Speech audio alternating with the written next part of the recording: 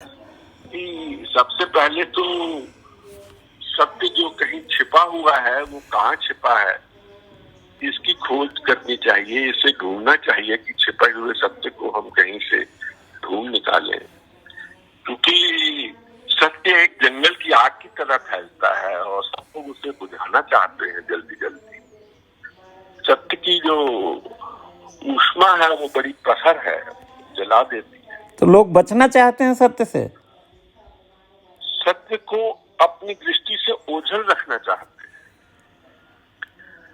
हैं कि हमारे सामने सत्य न आ जाए। सत्य कोई यमदेवता तो नहीं है, लेकिन सत्य तो जिसने बोला, नचिकेता ने भी सत्य बोला और उसको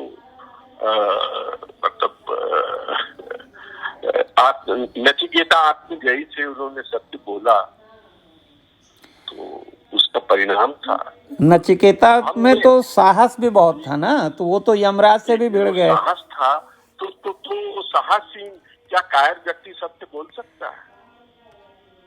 कभी नहीं। तो मैं इसलिए कह रहा था कि जो सत्य है उसकी आंच में तपने की आवश्यकता है। जैसे रसोई में हम जो स्त्रियां हैं जब आंच के सामने खड़ी होती हैं तभी खाना पकता है। बर्तन जब मांजा जाता है तो उसका परिष्कार होता है, धोया जाता है तो आत्मा उससे निर्मल होती है।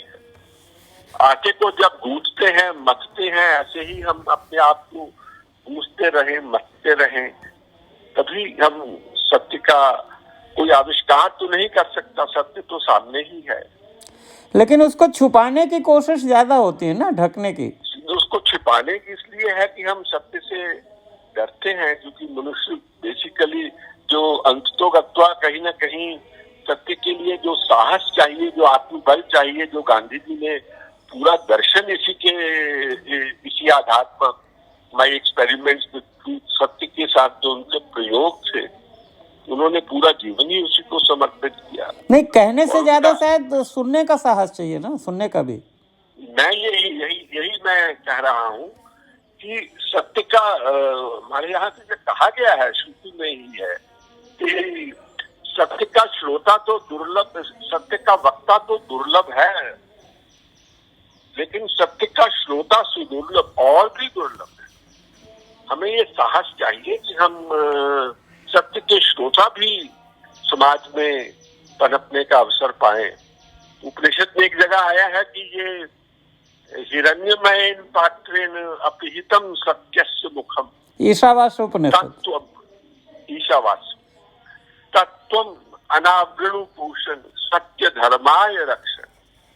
अगर तुम्हें हे पूषण, तुम्हें सत्य और धर्म की, ट्रूथ और राइटियसनेस की रक्षा करनी है तो सबसे पहले सत्य के चेहरे पे जो सोने का पात्र है, वो लेख जो है सत्य का, जिनसे हमारे ओंठ सिले हुए हैं, उसको परे करो।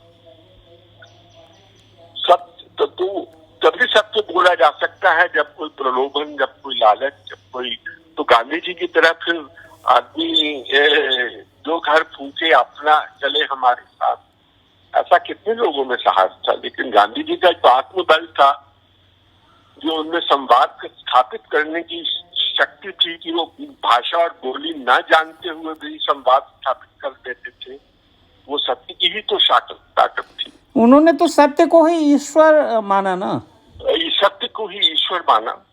लेकिन हम लोग ईश्वर की जो कल्पनाएं करते हैं, ईश्वर की जो कल्पना करते हैं, उसमें हम तो यही कहते हैं कि ईश्वर कोई ऐसा व्यक्ति तो नहीं है जो हमारी सत्य निष्ठा प्रमाणित करे। ईश्वर के लिए तो वो तो दयालु है, कृपा निधान है, वो चोर को भी माफ कर देगा। वो उसके लिए चोर और साधु में कोई विवेक नहीं है, क्योंकि मंदिर में जाने का अधिकार सभी को है। नहीं तो सारे भगवानों की उसको अगर क्रूड लैंग्वेज में कहें तो दुकानें ही चलती हैं कि हम तो हम सर्व पापे भी हो। मैं ऐसा तो नहीं कह सकता, क्योंकि वो कहते हैं सब आप सारे पाप करके आओ, मैं तुम्हें मोक्ष दे दूंगा। नहीं, ऐसा तो नहीं है। मैं एक आत्यांतिक सत्ता में तो जो एक ब्रह्म तत्व है उसमें तो मेरी दृढ़ आस्था है, अडिग आस्था है, श्रद्धा भी है, विश्वास भी है कि जो जिसके हम अंश हैं वो तो बहुत ही पवित्र, बहुत ही लेकिन ब्रह्मांड में अनेक ब्रह्मांड हैं, उनमें से एक बहुत कम छोटा सा अणु है, लेकिन हम हैं तो उसी का अंश ही। नहीं, मैंने तो बस हंसी में कहा, मेरा उतने गंभीरता से न लीजिए। हाँ नहीं, मैं सिर्फ ये कह रहा था, दुकान नहीं, लेकिन इसका जो आपने लेकिन झूठ भी नहीं कहा, उसका जो प्रयोग मनुष्य जाति ने किया है उसी तरह से किया है कि उसको अपने साधन के मतलब अपनी व्यक्तिगत लाभ के लिए उसका प्रयोग किया। और इसीलिए देखिए कि वो एक तरह से रिलीजन एक जो बिजनेस बन गया था वो तो अब ठप भी हो गया ना। आज के जो क्राइसिस है तो ऑलमोस्ट सारी रिलीजियस दुकानें, अगर मैं कहूँ क्रूड लैंग्वेज में, तो वो बंद हो गई, चाहे वो चर्च हो, चाहे मस्जिद हो, चाहे मंदिर हो। लेकिन देखिए दो तरह की बात है। एक तो आप तो जाना ही पड़ेगा जो सच्चा ईश्वर है, ब्रह्म है, सत्य के पास। अब नहीं तो आप उसी के, लेकिन उसके बीच में कोई बिचौलिया नहीं है। तो सारे लाइसेंस, क्योंकि सत्य ईश्वर और आपके बीच में, तो सारे लाइसेंस और आत्मा के बीच में नहीं, तो बिचौलियों के लाइसेंस ईश्वर ने रद्द कर दिए हैं इस समय, अब सीधे जुड़ना पड़ेगा। मेरा मतलब ईश्वर के बीच, ईश्वर और हमारे बीच में कोई माध्यम नहीं है। हम ईश्वर से सीधी बात कर सकते हैं और ईश्वर की हम पदचाप को सुन भी सकते हैं जब वो हमारे पास आता है। अच्छा, आज के जी आज के संकट के समय में अब लगता है कि प्रार्थना के अलावा कोई और उपाय है, क्योंकि डॉक्टर के पास कुछ है नहीं, वैज्ञानिक के पास कुछ है नहीं। तो कई स्तर हैं। एक तो स्तर है जो साइंटिफिक मेथड है, या जो दिशा निर्देश है, या जो हमारी समझ से उत्पन्न हुए विवेकशील मार्गदर्शन है, जो वैज्ञानिक सोच पे आधारित है। क्योंकि वैज्ञानिक सोच भी एक तरह की सत्य की ही उपासना है, और वो अपने सत्य को कहते हैं। कोई छोटा सत्य है, कहीं बड़ा सत्य है, कहीं एक असीम सत्य है।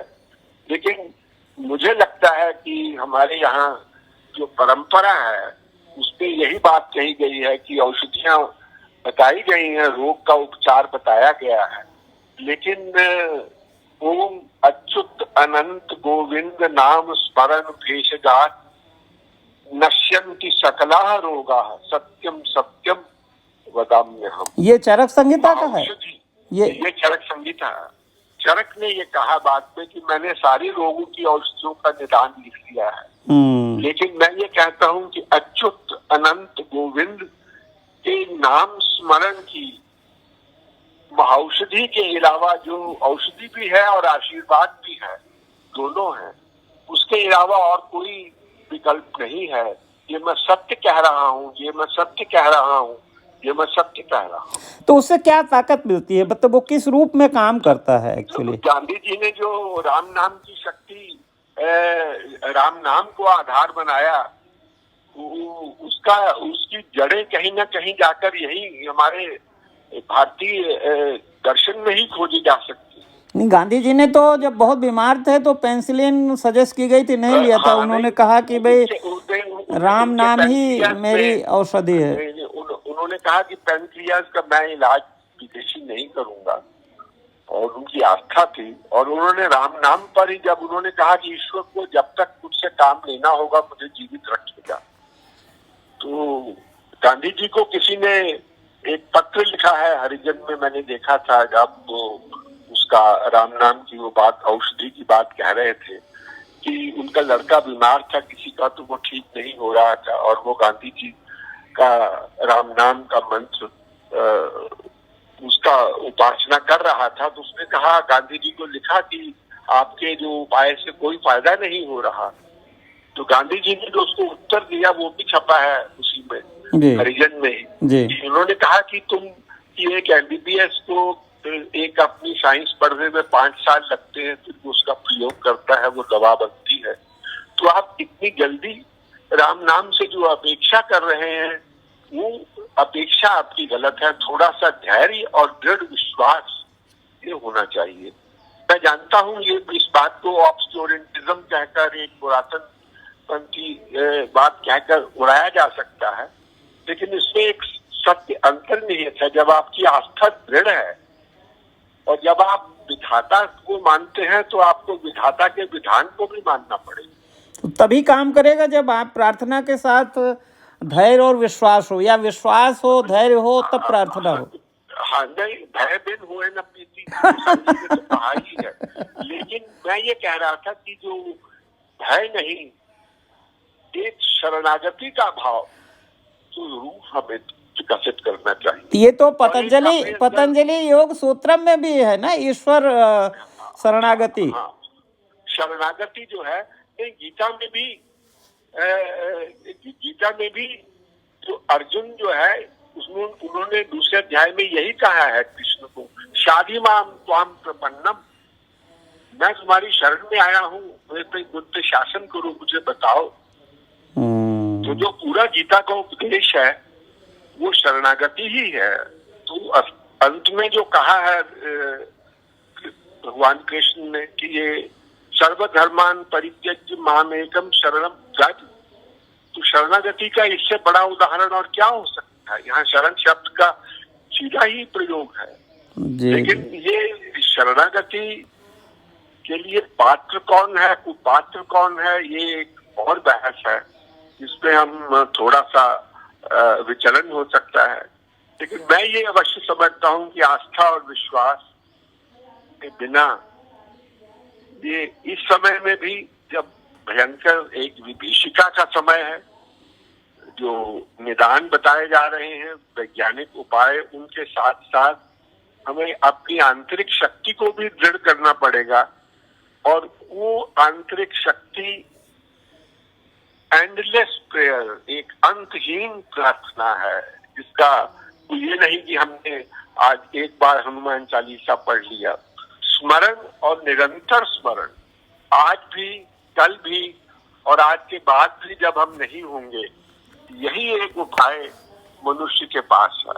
और वो भी है ना, आपकी बिना प्रतिकार करके कष्ट को बर्दाश्त। मैं ये कह रहा था कि जो गीता में एक श्लोक आया है कि ये मात्रा स्पर्शास्तु कौन्तेय शीतोष्ण सुख दुखदा आत्मा पाइनो अनित्याश्च ताम तितीक्षस्व भारत।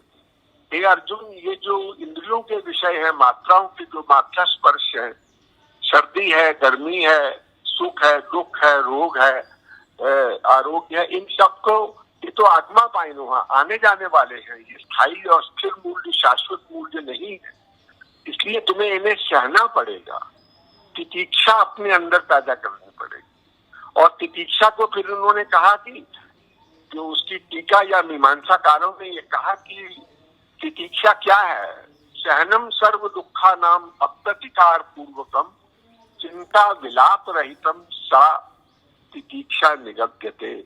कि चिंता और विलाप के बिना हर चीज को एक सर्वात्म भाव से स्वीकार कर लेना, यही हमारे पास एक अंतिम उपाय है।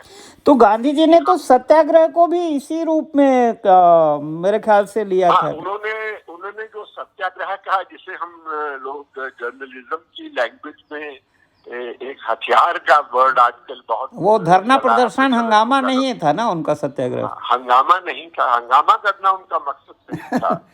और लेकिन उन्होंने सत्य के प्रति जो आग्रह जो बताया, निष्ठा जो बताई, नहीं, वो भी उन्होंने कहा ना कि कष्ट को सहो, उससे शक्ति बनेगी, और उससे जो शत्रु जो है, उससे उसका हृदय परिवर्तन होगा, परिवाजित भी होगा या हृदय परिवर्तन पराजित होगा, अंत में पराजित होगा। क्योंकि सत्य एक बहुत बड़ी शक्ति है।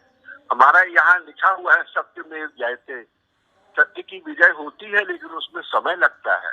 मनुष्य पृथ्वी में है कि पाप पहले बहुत जल्दी फूलता है, फिर और फूलता है कुछ वर्षों के बाद, लेकिन पाप का एकदम से नहीं नष्ट हो जाता, फिर समूल नष्ट होता है, पर उसमें समय लग जाता है। तो धीरज रखने की जरूरत है, और उसी में धैर्य चाहिए, इच्छा चाहिए, विवेक चाहिए, वैज्ञानिक सोच चाहिए, वो भी सत्य पे आधारित है।